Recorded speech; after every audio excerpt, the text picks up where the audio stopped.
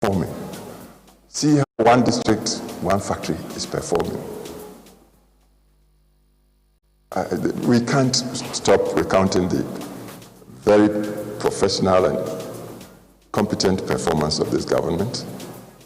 All over 3.5 years. It's in the interest of the nation to continue this leadership come December of 2020.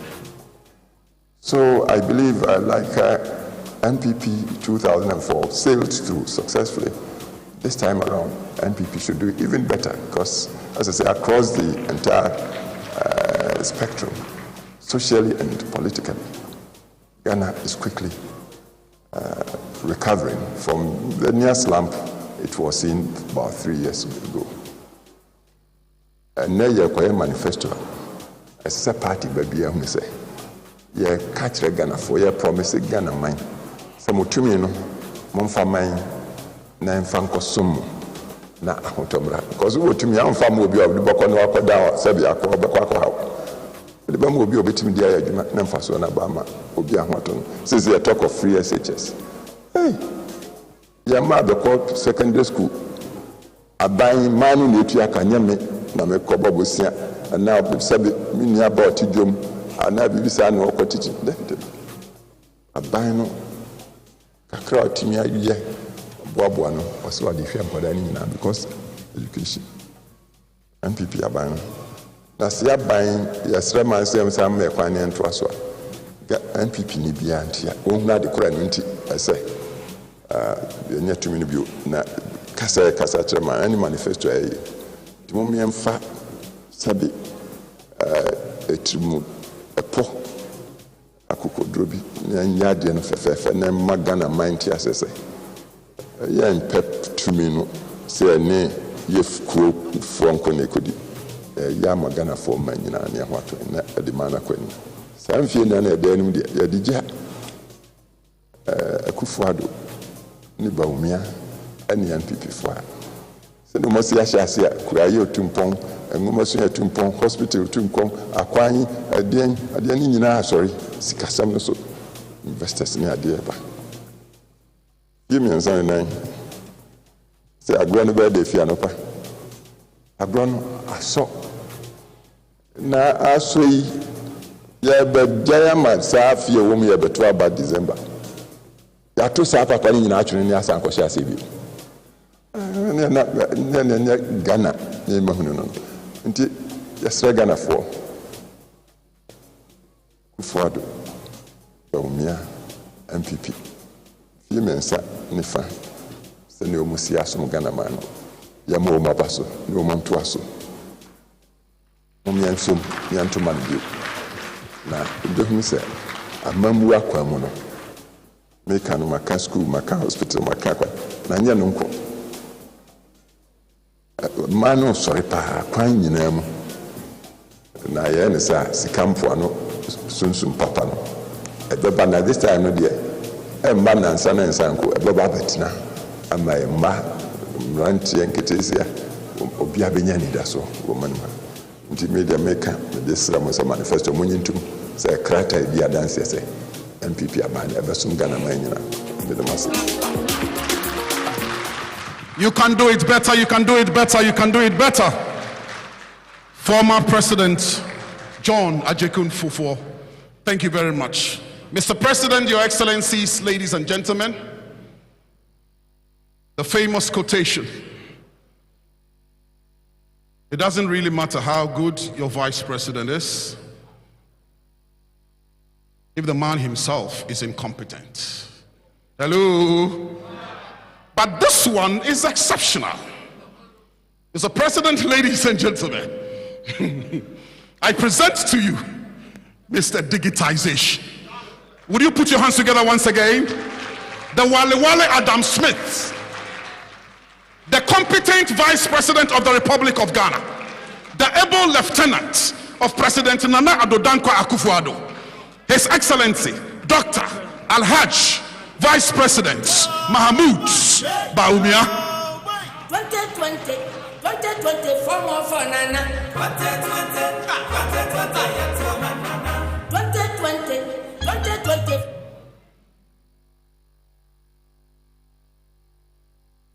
Mabisi Anya Dr. Mahamudu Baumia Tengban Zugulampa Mpusiaza Barka Niti Yumpale Kayumpanya Nwa Katina Pusra Kamera Alafia Jama Nina Mukugweswa Salamu Alaikum. Your Excellency, the President Nana Addo Dankwa Akufo-Addo, National Chairman of the New Patriotic Party, Mr. Freddie Blay, Second Lady,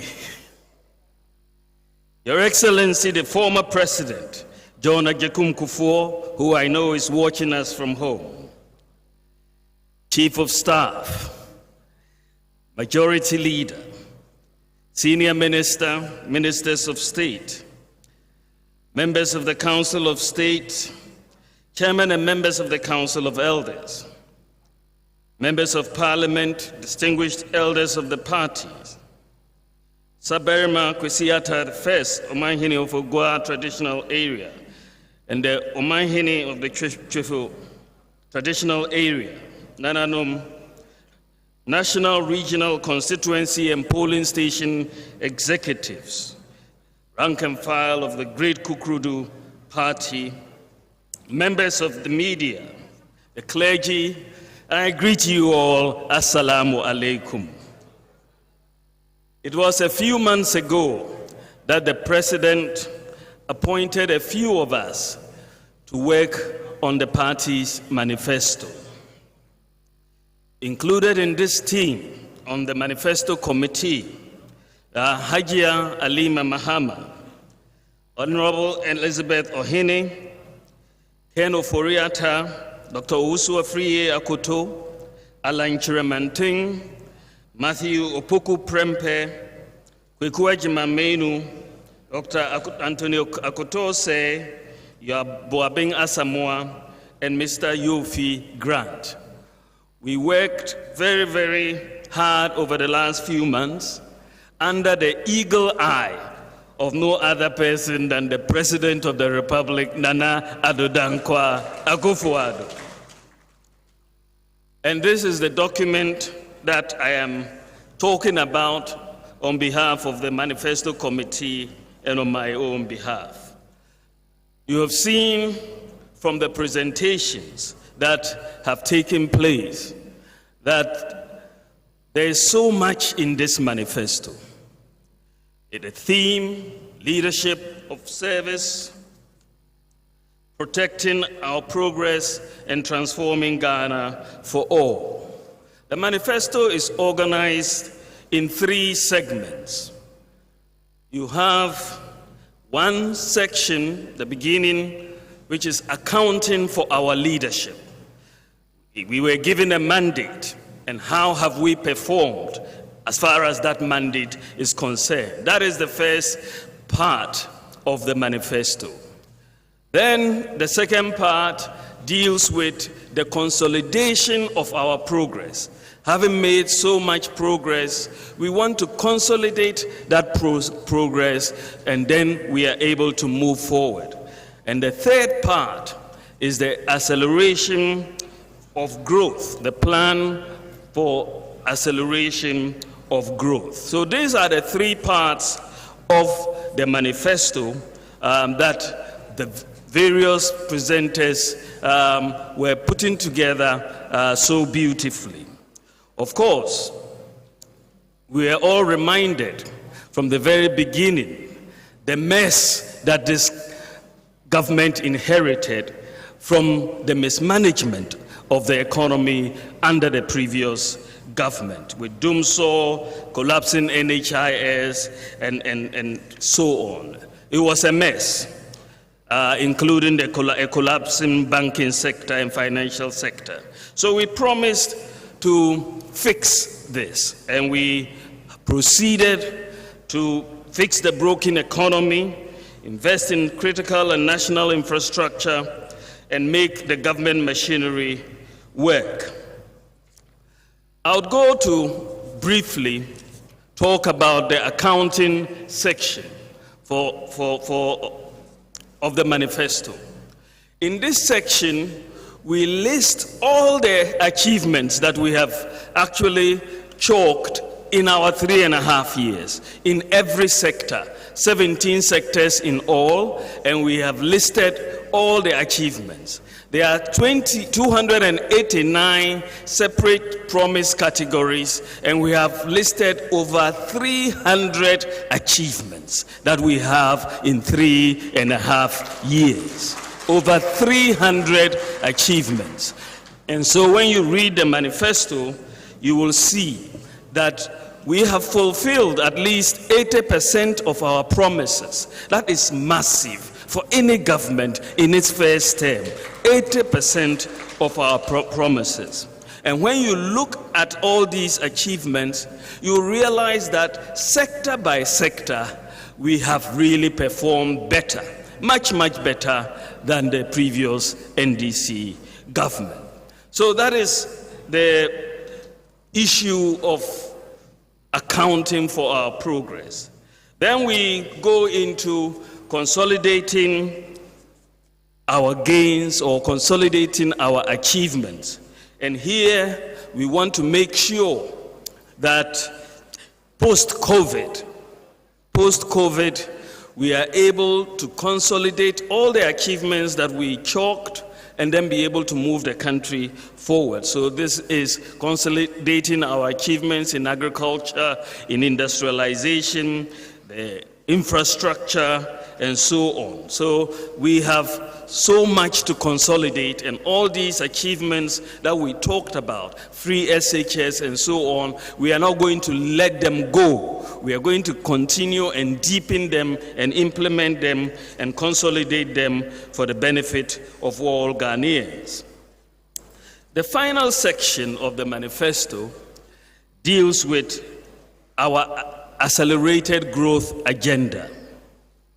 Of course, as the economy is very key, and if you want to accelerate growth, you have to tackle some of the key bottlenecks going forward. And our number one priority is to stimulate growth, development, and investment in the real sectors of the economy, the real sectors that make the difference, particularly in agriculture, industrialization, digitization, ensuring macroeconomic stability, and engendering the economic transformation of our country. So if you look at the industrialization segment of what we are trying to do going forward, we want to support the made in Ghana products, including supporting the use of local raw materials. The COVID experience has brought the Ghana Beyond Aid into immediate action, where we are going to be more self-reliant as a country and as an economy. So we are going to focus on more made in Ghana. We will renew our emphasis on component assembly, not just in automobiles, but also home appliances and light manufacturing in general. We will deepen and expand the 1D, 1F, and we will focus on implementing the integrated bauxite and aluminium industry, as well as the iron and steel industry.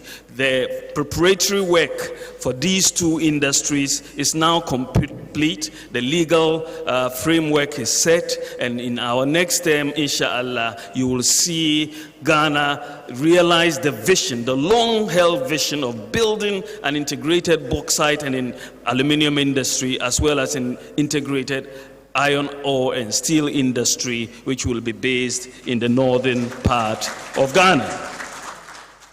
As we add value to our raw materials and our minerals, we will also be passing into law a mineral revenue management law, similar to the petroleum revenue management law, which will be a first in this country. In the area of agriculture, we will accelerate the activities under the Planting for Export and Rural Development. We'll accelerate the implementation of the greenhouse village concept, and our efforts in expanding our agricultural mechanization centers, as well as promote import substitution with a focus on rice, sugar, and poultry. Rice, sugar, and poultry are areas where we spend a lot of foreign exchange. But our vision is to make Ghana self-sufficient in the production of these three key commodities that we have chosen to focus on in the area of import substitution. When you come to education, it's very, very important that we consolidate the free SHS and the free TVET programs and deepen them. But beyond free SHS, we are concerned also about tertiary education. It is very important that we note that the link between tertiary education and economic development is very, very strong. Countries which have high tertiary enrollment rates have much higher levels of economic development. If you look at South Korea, the gross tertiary enrollment ratio in South Korea is 94%. If you look at Ghana, our gross tertiary enrollment ratio is less than 17%.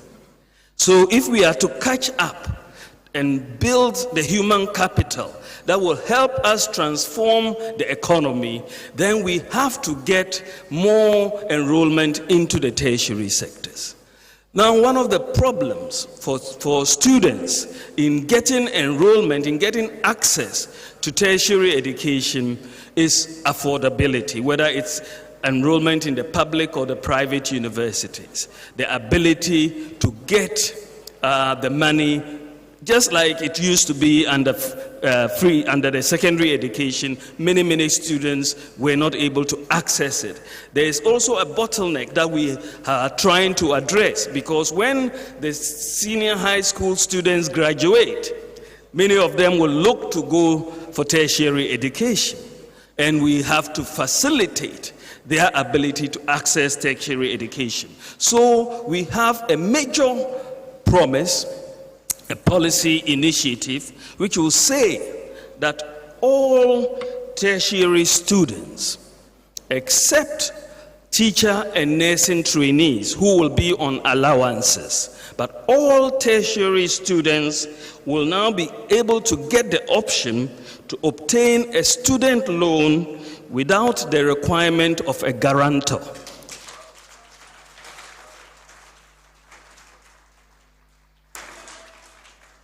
The problem for many tertiary students is the current scheme asks for guarantors. And you know, a lot of people are not willing to put their pensions online. So many students are not able to access. So you don't need a guarantor. All you need is your national ID card. That's all. And then you will be able to access your loan. And once you complete the tertiary education, repayment will be deferred.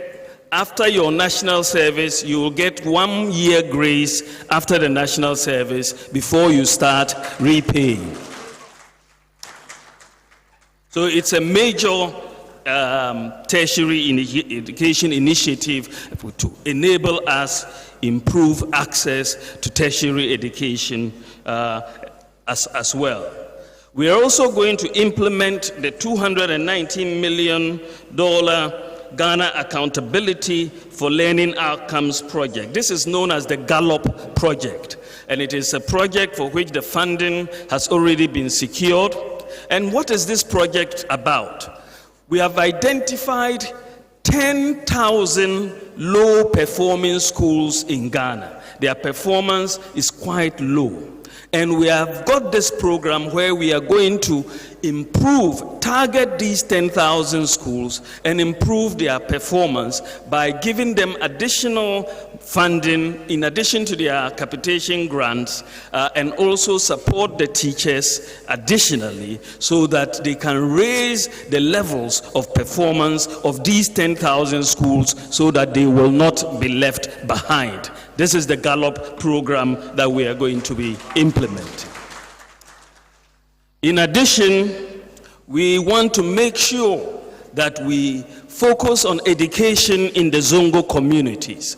So we are building in each of the 16 regions. We are building model senior high schools in Zongo communities in the 16 regions. So we have 16 model senior high schools in the 16 regions of Ghana in the Zongo communities.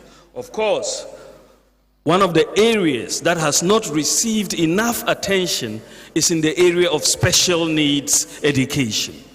And we are going to focus on special needs. A lot of our children who are suffering from autism or cerebral palsy and other special needs need support. And government needs to support many organizations who are in the private sector trying to also help. And we're going to increase the resources and infrastructure for special needs education across the country. We will also expand infrastructure to increase access to professional legal education. This is one area that the limited infrastructure in the law school really limits intake. And so there's a lot of frustration with many prospective lawyers not able to get in. So we are going to help expand the infrastructure needs so that we can get more people who are able to study. We will also complete the provision of free Wi-Fi at all senior secondary schools and public tertiary institutions. The process has started. A contract has already been awarded, and ECG is also leveraging its fiber network across the country. And even before the end of this year, we will be starting from the ECG perspective on the tertiary institutions. But inshallah, by next year, we expect most of the work, if not all, our senior high schools and tertiary to have free Wi-Fi for their studies.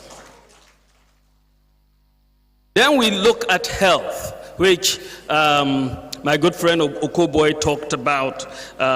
We have a major program in the health sector.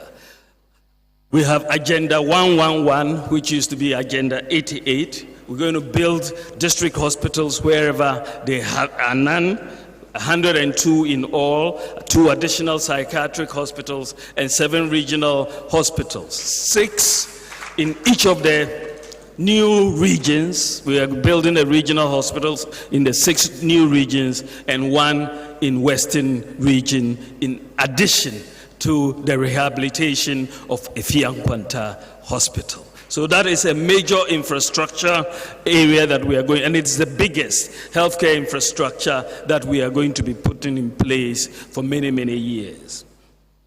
We will focus, ladies and gentlemen, on health promotion and prevention as part of primary health care through the National Health Insurance Scheme to achieve universal health care. It is important for us to note that 95% of the disease burden is already covered under NHIS primary, secondary, or tertiary diseases. It's already covered.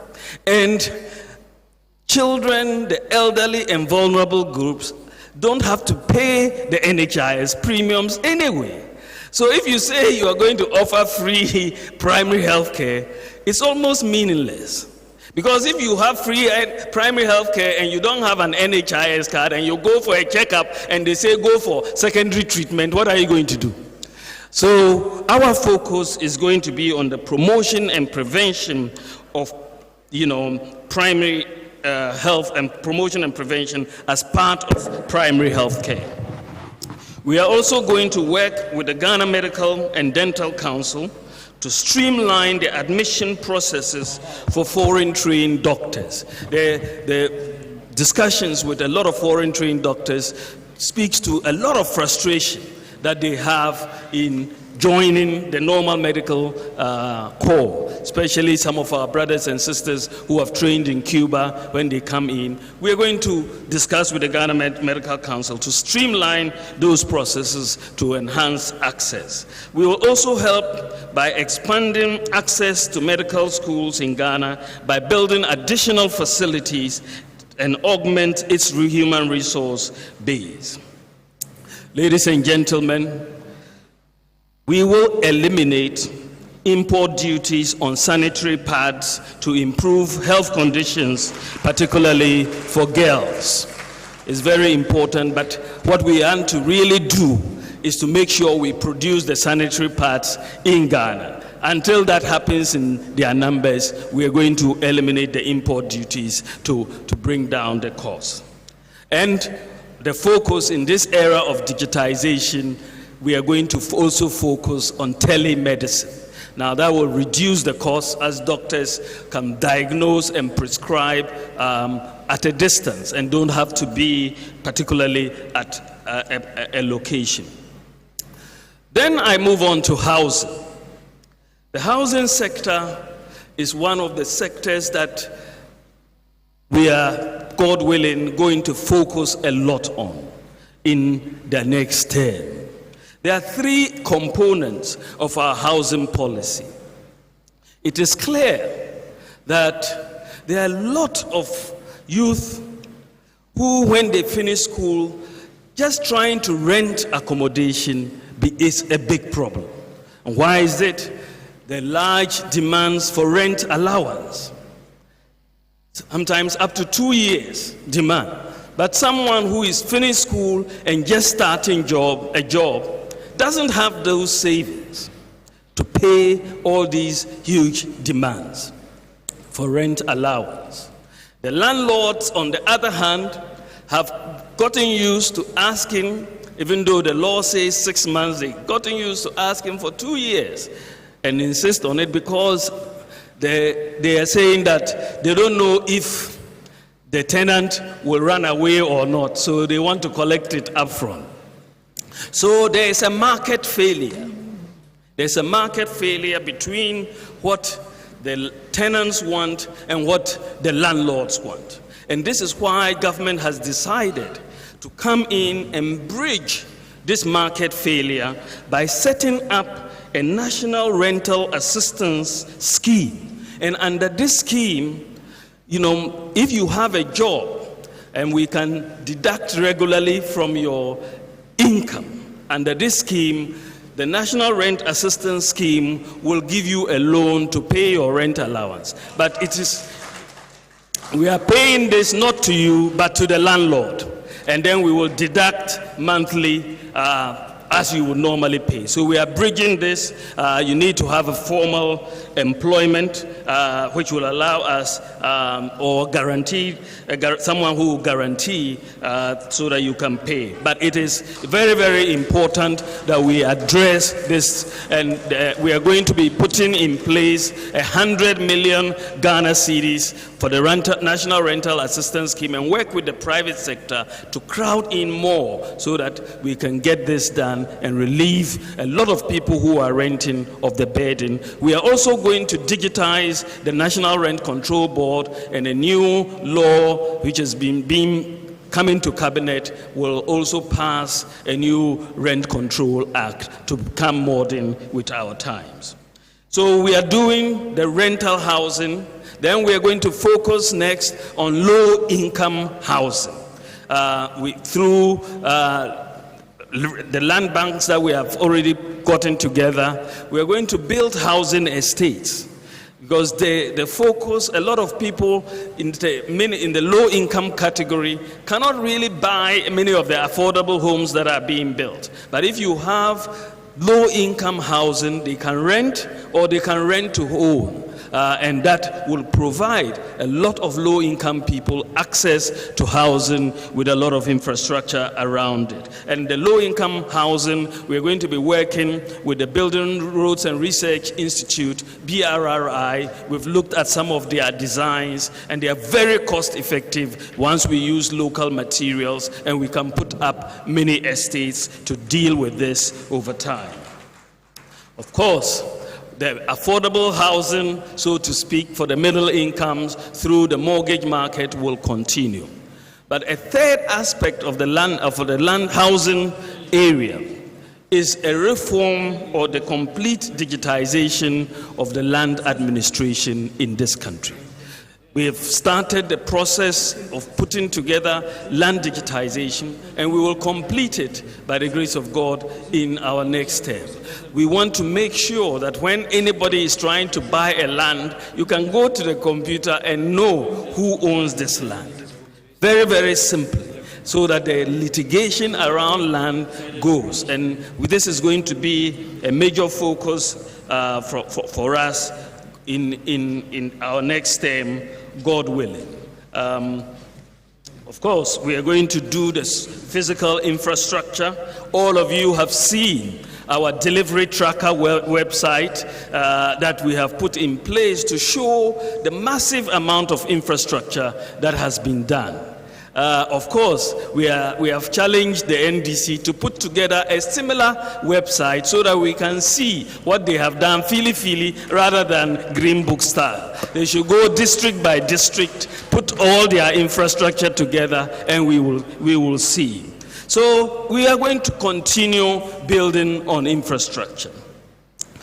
Year of roads, water for all, toilets for all, and all of that. We will continue doing that. We will continue the construction. We'll have construction in Sunyani and Keta of water supply projects, of course, in addition to those going on in Tamale, Yendi, Damango, and so on.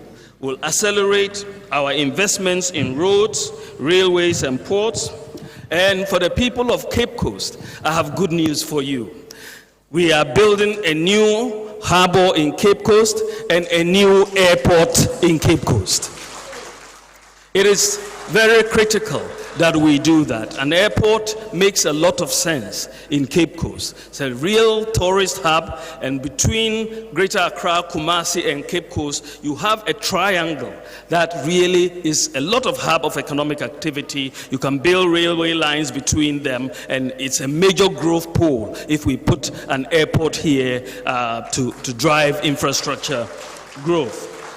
Of course, we are going to continue to construct the Eastern Line. We are going to construct the Eastern Line and the Ghana-Burkina Line, which is also very, very much. The Buankrap Inland Port, the Bupe Port, and the Atuabu Port are the key ports that we are also going to be looking at going forward. Ladies and gentlemen, in the area of social protection, we are going to make sure that all those in various databases receiving social protection support, we bring the databases together, and everybody will be uniquely identified by their national ID card, and it will allow us better to be able to target and deliver social services rather than having a situation where you have no idea the full picture, who is accessing what and who is not. We will ensure the enactment of an aging bill for the elderly and also an affirmative action bill, which has been long overdue.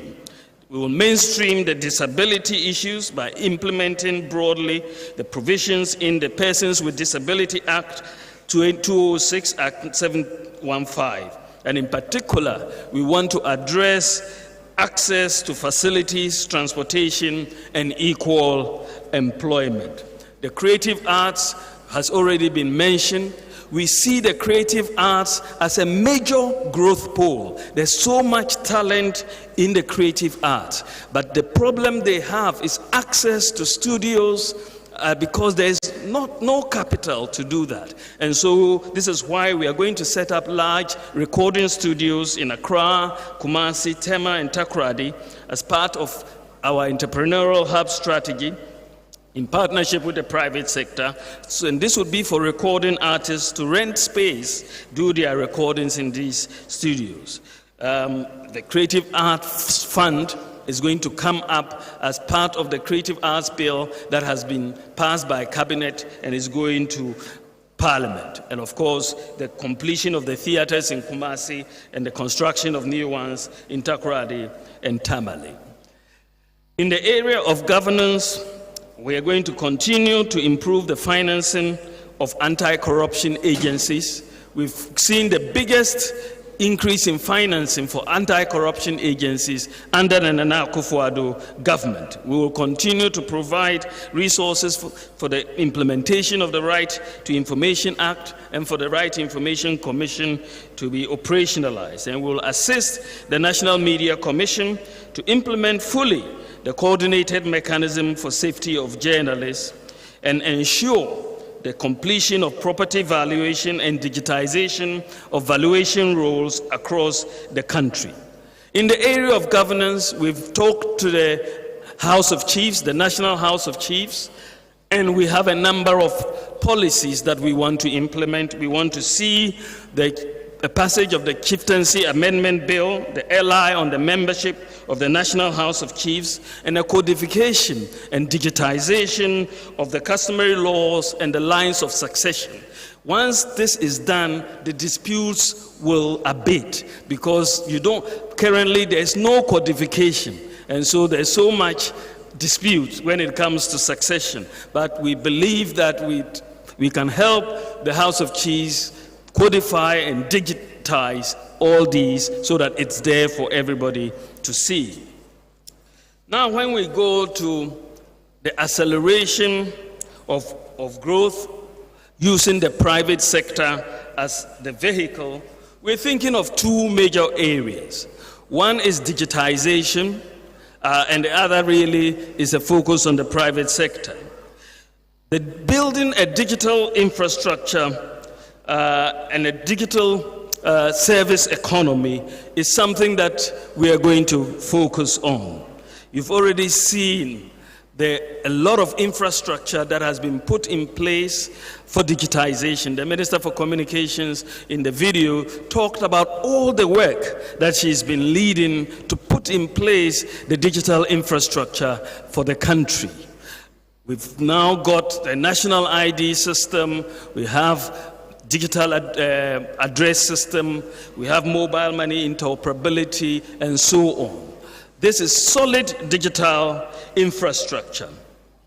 We are going to reduce the high cost of data and reduce taxes on digital devices. We are moving into a digital era, so data costs and the cost of digital devices, we'll look at it, reduce spectrum and license costs, and further, the cost of international calls to support both regional and international trade by removing the mandatory 19 cents per minute tariff for international incoming calls. As we see it, it is more of a nuisance tax, and we will abolish this 19 cents per minute tariff for international incoming calls and replace it with a competitive regime. In fact, the existence of this 19-cent tariff is one of the causes of the SIM-box fraud that we have been seeing over the years. So we will abolish it.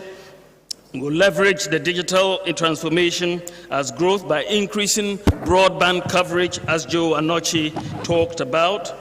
And we will integrate our existing infrastructure. It's going to be very, very important. We've got all this infrastructure that we've put in place. They are in silos. For example, we will link the National Identification Authority with the Births and Deaths Registry.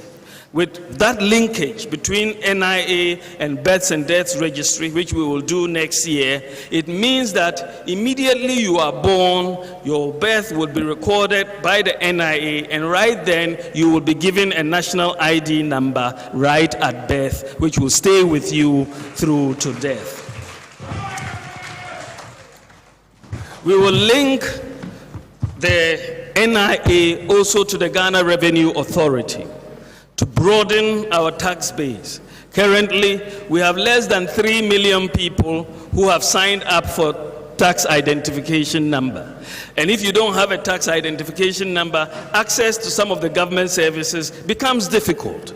Currently, we have 3 million people, and we've said, how can we make sure everybody pretty much has a tax identification number? The answer is simple. We are going to convert every NIA number into a tax identification number. So if you have your NIA card, your NIA number will be your TIN number, and the matter is finished. And by the beginning of next year, we should have at least 16 million TIN numbers, and that changes the economy. It broadens the tax base and brings everybody into the formal economy. And so this is what the sort of thing that we are going to be doing, linking all these databases with the anchor being the national ID card. Of course, we will put together a national data center.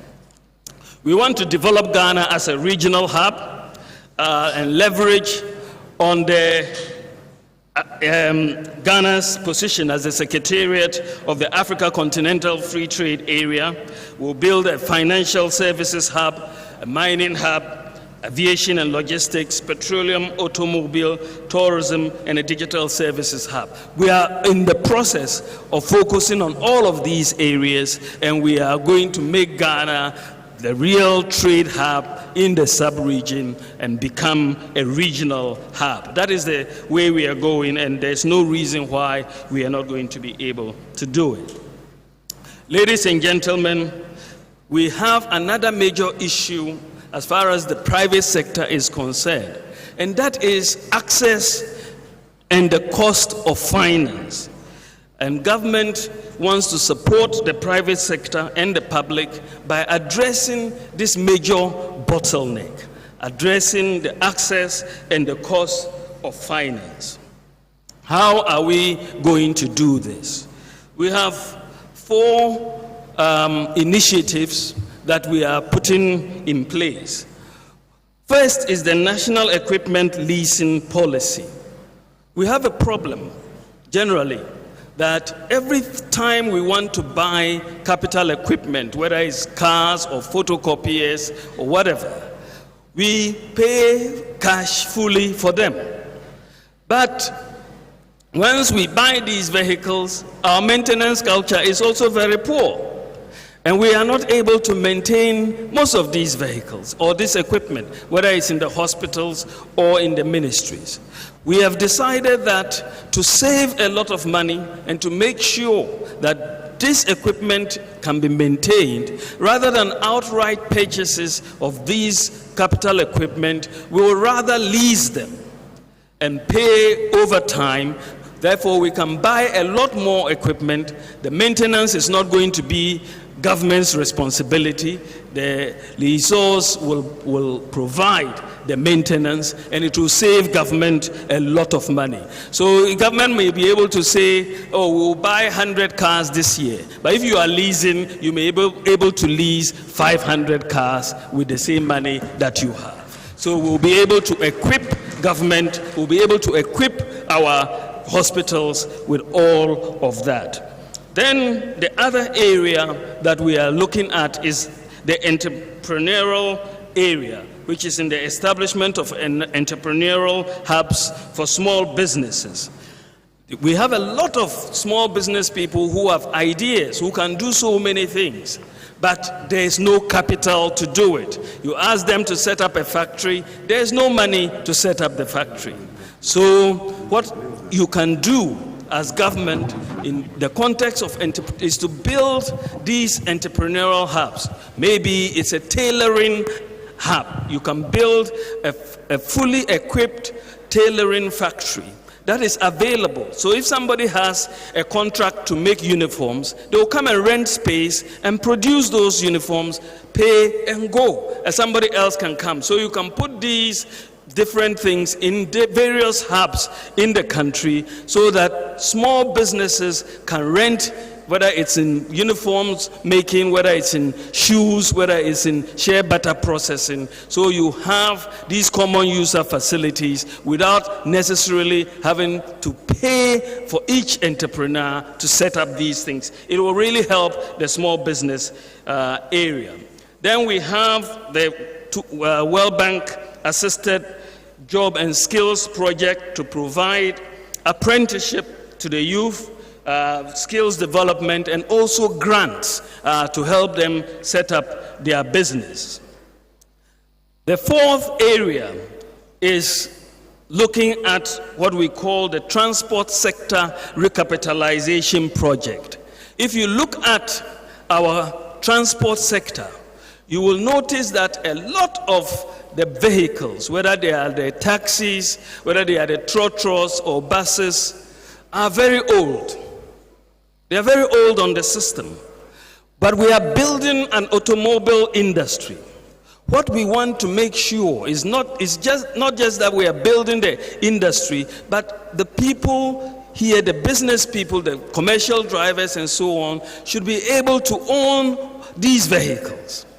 So we are setting up a transport sector recapitalization project so that we introduce a government-backed lease-to-own scheme where the existing commercial operators can essentially exchange their vehicles for new vehicles and pay over time, because these vehicles are going to be assembled or manufactured in Ghana. So you exchange your existing trotro for a new one, and then you will get payment over time. And with this, you don't have to pay import duty.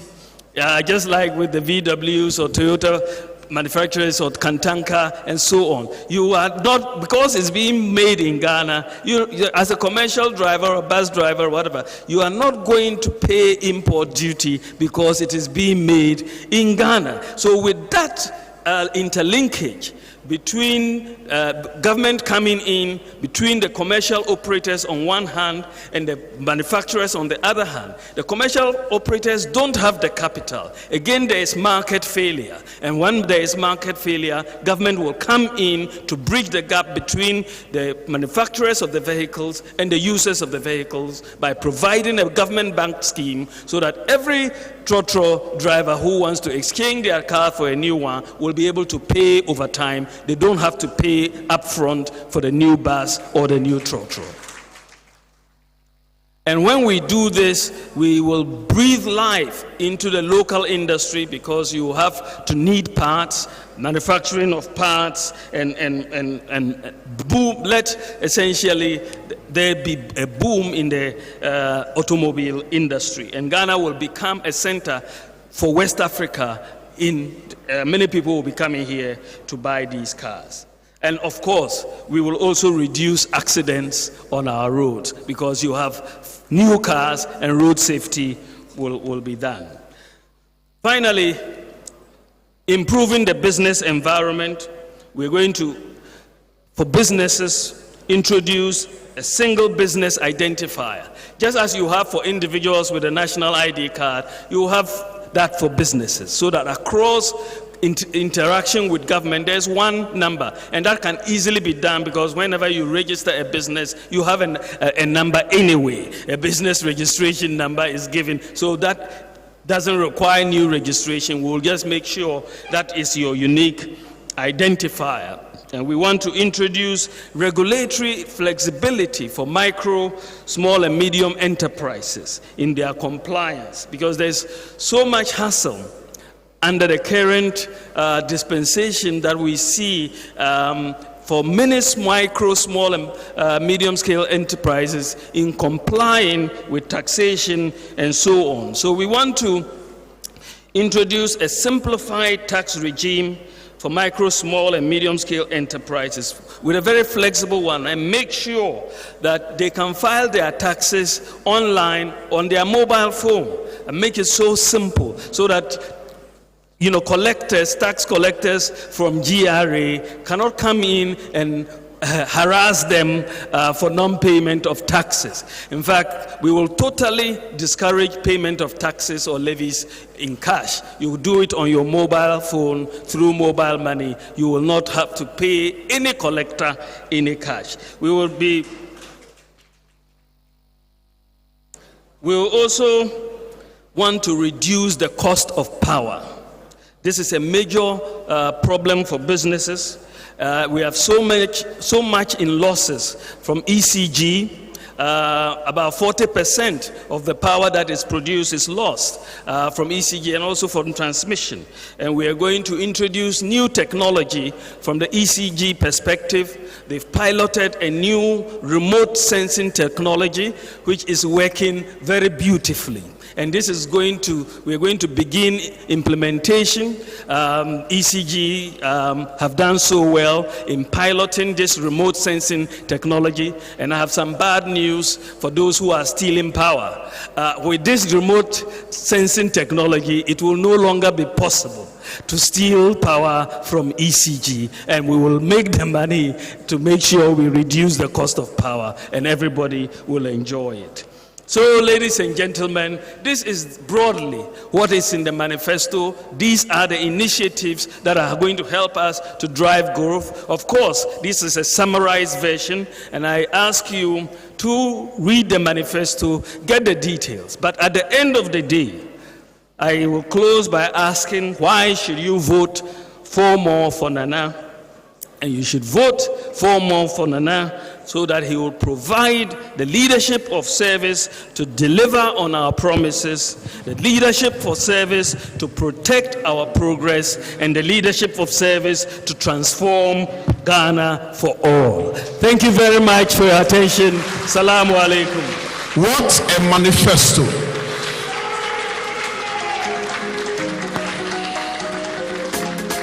What a manifesto.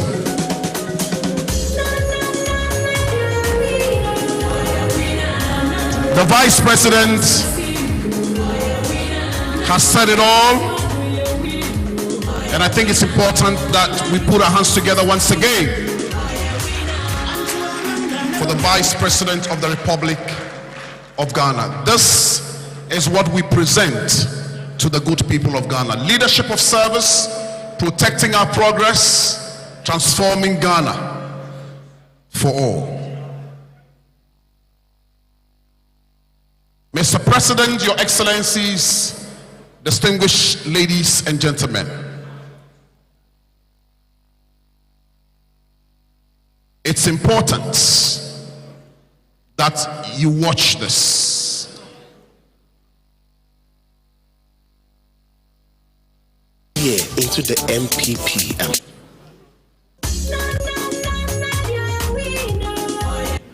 I received quality and affordable healthcare under the NHIS. And as a teacher, my salary went up. I rode the metro bus to school for free, and things were going in the right direction. Or so I thought. From 2009 to 2016, the NDC was in power, and everything changed for the worse. Teachers' salaries were in arrears for nearly a year, with only a fraction given. Inflation was on the rise. Then my parents were ripped off by a microfinance company. They couldn't afford to send me to SHS. Doing so became a lifestyle. But in 2017, hope was restored, the economy improved, and I received free SHS. My father received support from planting for food and jobs. So was over. Then came NAPCO with jobs. One district, one factory, improved healthcare and emergency response, and more.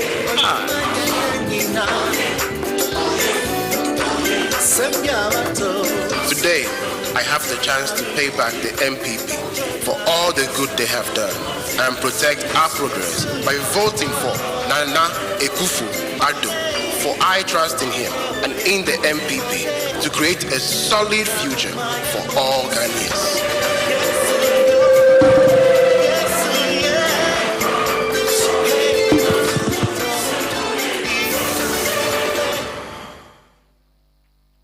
This is the MPP life cycle. Put your hands together once again, ladies and gentlemen.